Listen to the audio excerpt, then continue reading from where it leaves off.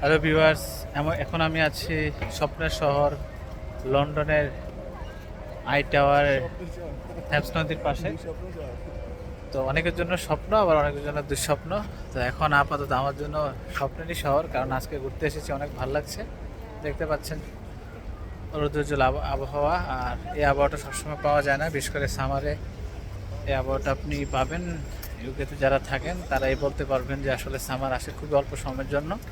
আমার দেখতে পাচ্ছেন আমার বিপরীত পাশে আছে সে লন্ডন আই টাওয়ার, এখানে সাথে আছে বিখ্যাত টেমস নদী, আর দর্শনার্থীরা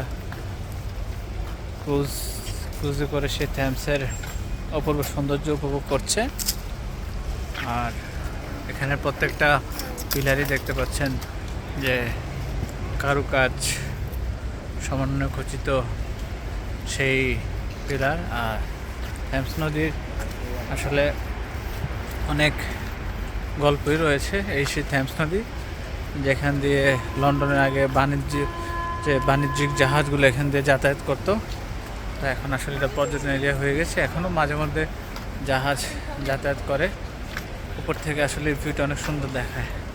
তো বিদায় নিচ্ছি আমি আপনাদের কাছ থেকে লন্ডনের থ্যামস নদীর পাশে লন্ডন আই টাওয়ার থেকে। ভালো থাকবেন সবাই, আসসালামু আলাইকুম।